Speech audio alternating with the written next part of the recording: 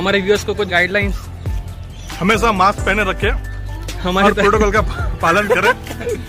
हाँ, मेरा मास्क भी जेब में रखा है, हमें पकड़ेंगे तो तुरंत हम पहन लेंगे, 200 रुपया नहीं देंगे, ठीक है।